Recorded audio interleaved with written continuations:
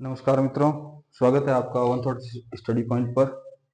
लोक देवियों की अगली कड़ी में अपन चलते हैं।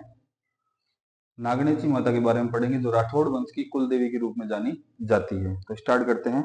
नागणेची माता।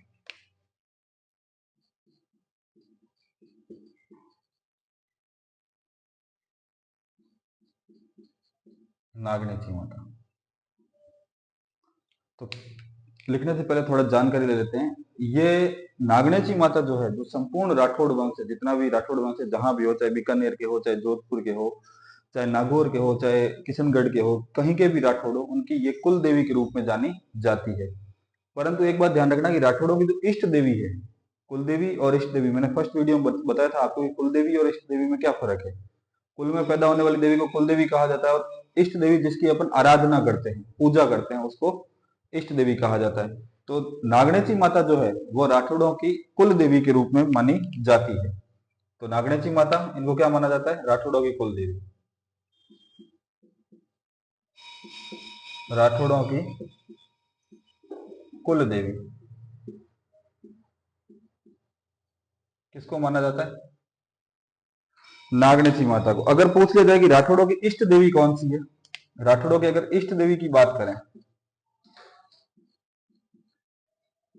इष्ट देवी, तो इष्ट देवी के रूप में मानी जाएगी चामुंडा माता। कौन सी माता मानी जाएगी? चामुंडा माता। ये मानी जाएगी राठौड़ों की इष्ट देवी के रूप में। ठीक है, आगे अपन देखते हैं कि अगर पूछा जाए कि नागणेची माता का सबसे प्राचीन मंदिर कहाँ है, और मारवाड़ में नागणेची माता की स्थापना किसने की है, नागणेची माता को कौन लेकर आया, तो ध्यान रखना, मारवाड़ में लाने वाला व्यक्ति कौन है? राव दूहड़। राव दूहड़ ये मारवाड़ में लेकर आए थे। कहां से लाए थे? कन्नौज से। कन्नौज से एक मूर्ति लेकर आए। कन्नौज कहां पे? कर्नाटक।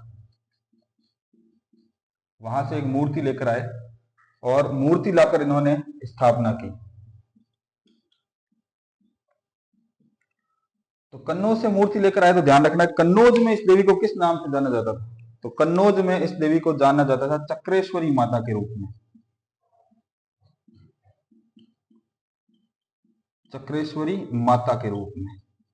तो अपने को कैसे पता चलता है कि भाई चक्रेश्वरी माता के रूप में जाना जाता था? तो इसकी जानकारी हमें मिलती है, वो मिलती है जोधपुरी ख्यात के अंदर। जोधपुरी ख्यात के अंदर, ख्यात साहित्य है, जोधपुरी ख्यात साहित्य के अंदर लिखा हुआ है कि कन्नौज में एक चक्रेश्वरी माता की मूर्ति थी, जिसको राव दुहड़ जो है वो मारवाड़ लेकर आए, और मारवाड़ लाकर इन्होंने सबसे प्राचीन मंदिर, यानी नागणेची माता का सबसे प्राचीन मंदिर, सबसे प्राचीन मंदिर,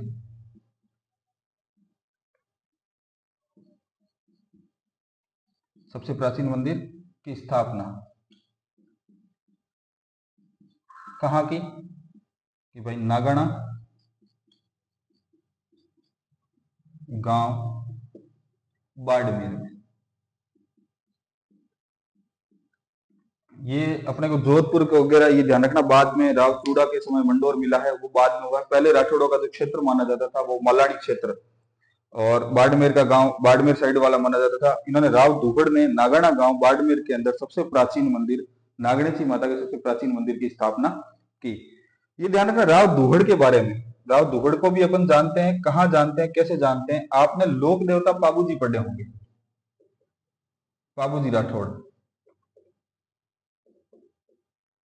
के पिता जो थे राव धांधल, के पिता राव धांधल। तो राव धांधल के ये क्या थे? बड़े भाई। ध्यान रखना कि बड़े भाइयों को हमेशा राज मिलता था, छोटे भाइयों को जागीरें प्रदान कर दी जाती थी। तो ये राव धांधल जो थे, इनको जागीर प्रदान हुई कोड़ू की, और इनके जो छोटे बड़े भाई थे राव दुहड़ थे, ये शासक बने। और ये शासक बने जब कन्नौज से ये मूर्ति लेकर आए। जोधपुरी ख्यात में कहा गया है कि इस मूर्ति का कन्नौज में नाम जो था वो था चक्रेश्वरी माता, और सबसे प्राचीन यानी प्रथम नागणेची माता के मंदिर का निर्माण राव दुहड़ ने कहाँ करवाया? नागाना गांव बाड़मेर के अंदर इन्होंने इस मंदिर का निर्माण करवाया। एक और बात ध्यान रखना कि ये नागाना गांव बाड़मेर का मंदिर है, इसमें जो माता जी की मूर्ति लगी हुई है ये काष्ठ से बनी मूर्ति है, यानी लकड़ी से बनी, काष्ठ से बनी मूर्ति। और राजस्थान में भी ध्यान रखना ये एकमात्र है, एकमात्र। अगर पूछ लिया जाए किस देवी देवता, किस लोक देवी देवता की मूर्ति जो है वो काष्ठ से बनी हुई है, तो ध्यान रखना वो है नागणेची माता की एकमात्र मूर्ति है जो काष्ठ से बनी हुई, लकड़ी से बनी हुई है। और एक ध्यान रखना नागणेची माता जो है किनका अवतार मानी जाती है, अगर अवतार पूछ लिया जाए तो ध्यान रखना अवतार मानी जाती है महिषासुर मर्दिनी का, महिषासुर मर्दिनी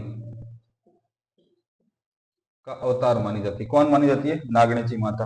अगर पूछ लिया जाए कि नागणेची माता का प्रतीक क्या है, प्रतीक चिन्ह क्या है इनका, तो प्रतीक अगर पूछ लिया जाए तो प्रतीक में ध्यान रखना बाज, चील, या फिर अपन कह सकते हैं शयन पक्षी, ये इनके प्रतीक के रूप में माने जाते हैं। ठीक है, अब आगे देखिए, वापस एक बार इसका रिवीजन कर लीजिए। नागणेची माता राठौड़ वंश की कुल देवी है। अगर राठौड़ वंश की इष्ट देवी पूछ लिया जाए तो है चामुंडा माता। सर्वप्रथम मारवाड़ के अंदर नागणेची माता को जो व्यक्ति लेकर आया वो था राव दुहड़। कौन था? राव दुहड़। ये कन्नौज से लेकर आए थे मूर्ति को, और कन्नौज में इस मूर्ति को यानी इस देवी को कहा जाता था चक्रेश्वरी माता। इनका मूल नाम कह सकते हैं कि इनका मूल नाम क्या था? चक्रेश्वरी माता। ये अपने को जानकारी कहां से मिलती है? जोधपुरी ख्यात से ये जानकारी अपने को मिलती है। राव दुहड़ लाए और इन्होंने मंदिर की स्थापना की कहां पर? नागाना गांव, बाड़मेर के अंदर। राव दुहड़ के बारे में अगर अपने को ज्ञात करना, ध्यान रखना, एक लोक देवता आते हैं पाबूदी राठौड़। उनके पिता थे थांदल जी राठौड़ जिन्होंने परी से विवाह किया था, उनके ये बड़े भाई थे। इनका जो मंदिर जहां पर बनाया वहां जो मूर्ति स्थापित की गई वो काष्ठ से बनी मूर्ति थी, यानी कन्नौज से जैसी मूर्ति लाए थे काष्ठ से बनी मूर्ति लेकर आए थे। आगे चलते हैं अपन, इसका एक स्क्रीनशॉट ले लीजिए, अगले मंदिरों के बारे में चर्चा करते हैं। ठीक है, तो ये नागणेची माता का जो प्रथम मंदिर अपना बना हुआ है नागाना गांव बाड़मेर, उसके बारे में चर्चा थी। अब आगे के मंदिरों के बारे में चर्चा करते हैं। तो इनका जो सेकंड मंदिर है उसका निर्माण करवाया है राव जोधा ने। दूसरा मंदिर इनका है जिसका निर्माण करवाया है राव जोधा। राव जोधा। तो राव जोधा ने जब जोधपुर की स्थापना की और जोधपुर में मेहरानगढ़ किले की स्थापना की माता करणी माता के आशीर्वाद से, क्योंकि नींव जो सबसे पहले रखी गई थी करणी माता के द्वारा रखी गई थी मेहरानगढ़ की, और उसमें एक व्यक्ति की बलि दी गई थी जिसका नाम था राजिया मेघवाल। तो करणी माता के द्वारा जिस किले की स्थापना की गई मेहरानगढ़ दुर्ग की, उसके अंदर इन्होंने एक मंदिर का निर्माण करवाया नागणेची माता के। तो ध्यान रखना नागणेची माता के मंदिर का निर्माण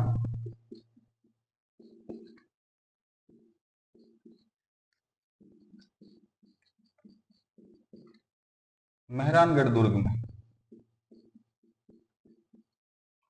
मेहरानगढ़ दुर्ग में किसने करवाया? कि भाई राव जोधा ने करवाया। कब करवाया? जब मेहरानगढ़ दुर्ग बनवाया तब करवाया।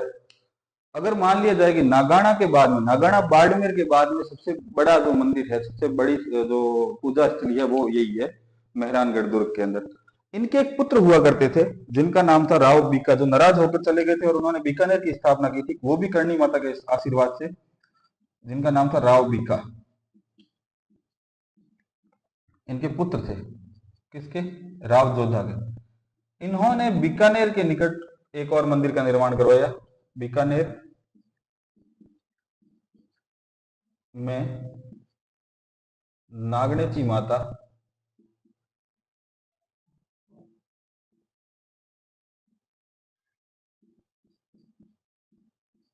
के मंदिर का निर्माण करवाया। किसने करवाया? राव बीका ने।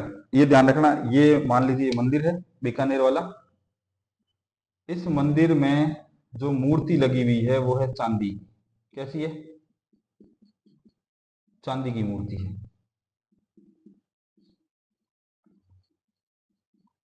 हूबहू वैसी है जैसी मेहरानगढ़ किले में है, पर मूर्ति है चांदी की, चांदी की मूर्ति है।